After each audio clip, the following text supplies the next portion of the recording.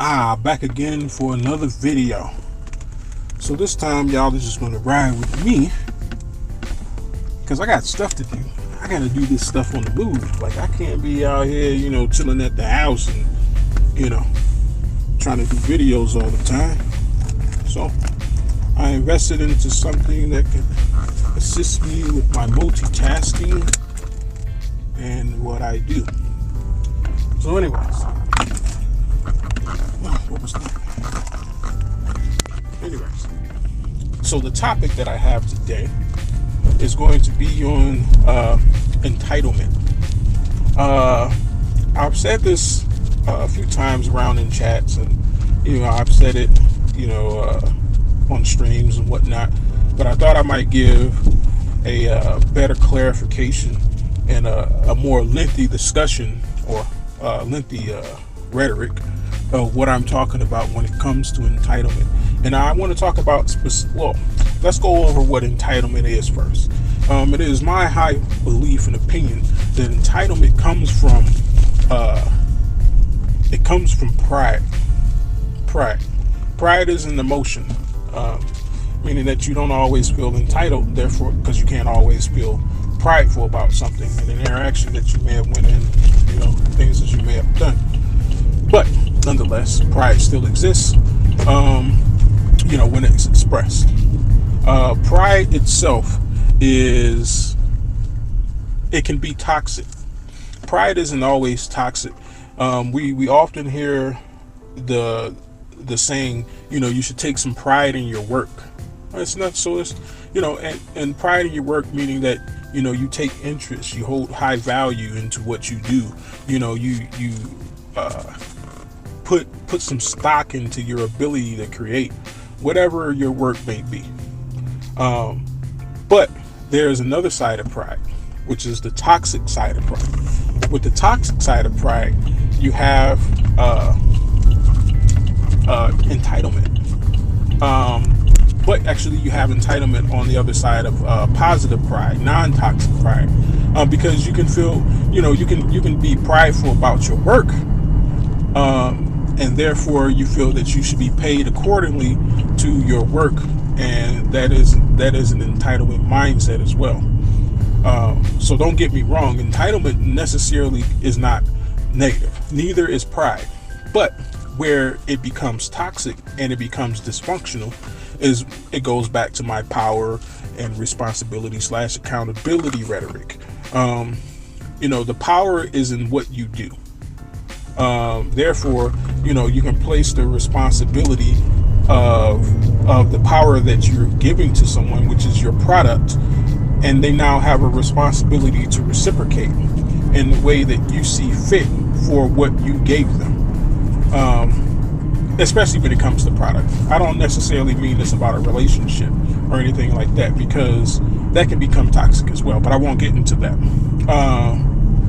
Got this late night ride going on. It's dark in here. I might lighten the video up.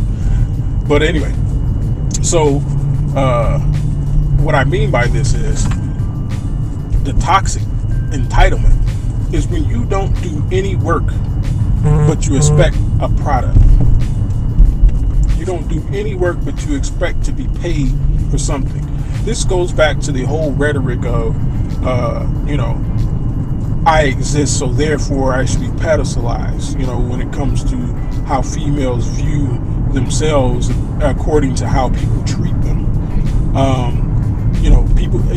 Beauty isn't necessarily, being pretty isn't necessarily something you have to work on. Some people are just born pretty. So there's no entitlement to be had when you didn't do any work to become pretty. No one should just be bending over kissing your ass just because you have a nice shape on your body naturally that you didn't put any work for. And even if you did, once again, that goes back to the whole relationship part of it that I was talking about, that sometimes these expectations of entitlement can become dysfunctional, because just because you have a pretty body doesn't necessarily mean that someone should be paying a price for that at your leisure. Now, of course, you can set up boundaries, you can set up qualifications to deal with a certain type of man, I mean, you can do all these things, but it is not. No one has to do that. No one has to do that. And more than likely, a man who's going to value your body over who you are is probably a dysfunctional man, anyways. So you're going to end up with a bad result, nonetheless, even if they paid the price. So this is the reason why it becomes dysfunctional, because you should adhere your expectations and entitlement according to what you produce. You didn't produce your body; your parents did. So no one owes you anything. Why is this guy driving off script? But anyways, this goes on to the second portion of the topic that I want to have a discussion about. The dichotomy that exists when it comes to how black females operate around men. They tend to operate in a high entitlement with having no production of anything worth substance that these men will take and say, you know what, that's a good product. This is the reason why the dysfunction is created, because let me spell this out first. It's created because, like I said, there's no work. You don't see other races of women who have such a high entitlement that it surpasses their own men.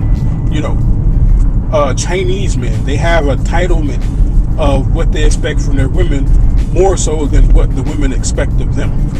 This goes the same for Latin men. This goes the same for many different types of men in different races of the world. Only do you see the entitlement being so high above the men of that group, only within the black community. It's the only place you see this. I can't name another place where that actually exists, so much so that it is shaping the culture and community. I mean, Switzerland might be, because they hold it down with that equality stuff, and the Netherlands and whatnot. But anyways, talking about within America, you don't see this anywhere. Even when people migrate over from these places, they still fall in these roles, and they rarely do they perpetuate them. Their roles that they had in their country, rarely do they perpetuate them at the same intensity that they would in their own country. Because when you move to a certain place, you're almost forced to assimilate.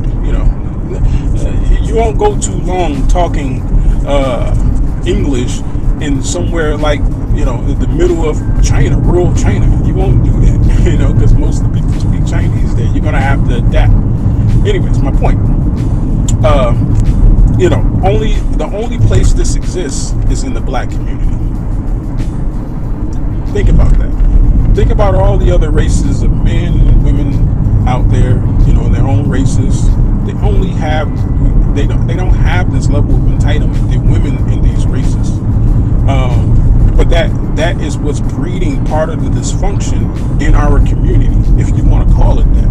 That is what's creating this whole idea that black women are so entitled to something that they never put in the work for. They live off this. They live off the shoulders of their foremothers. The suffrage and all that stuff like that. My grandma, back in the day, they live off the shoulders of that, because those women could actually have something tangible to show in regards for their work and entitlement subsequently. These women up today, And then once again, it goes back to the whole notion that just because you worked hard for you doesn't mean that I'm entitled to give you anything that you request. You did that for you, not for me. You did it for you. Rarely does a black woman, say to herself, you know what? I'm going to get this doctorate and I'm going to take care of the best black man that I could find. The first thing they're thinking about is, oh, I need to go ahead and, buy me up some Gucci and get in as much debt as I can get up to my neck. How you make 6 figures but you're in debt? I don't understand that. Especially years and years and years in. I can imagine if you went to college and, your first year, maybe second, third year, you have some college debt left over. You don't want to overexhaust yourself. But how is it that you're 10 years into making 6 figures and you're still in debt? I don't understand this. But anyways, I don't want this video to go on too super long. I just wanted to get that out, that part of the dysfunction that exists in our community is due to the level of entitlement that women have who don't put in any work to warrant that level of entitlement. If they put that work in and the men accepted it, then you should be, especially if you made an agreement to say, hey, if you got yourself in shape and you change your mindset a little bit, you stop nagging so much, maybe I'll think about marrying you. And a woman did complete that, and she successfully showed that she has made the legitimate change that was the request of her man, and she perpetuated that, over a long period of time. So therefore, there was no excuse to be made that she was just faking it. If she did that work, yeah, now she has an entitlement because that was the agreement that was made. So, in that regard, entitlement is a bad thing. When you have, entitlement is a good thing when you have work to show. But anyways, not gonna keep you guys super long. I'm almost to my destination. So, until next time, this has been the Wolf in Beta Clothes. May you have a good day, and peace be with you.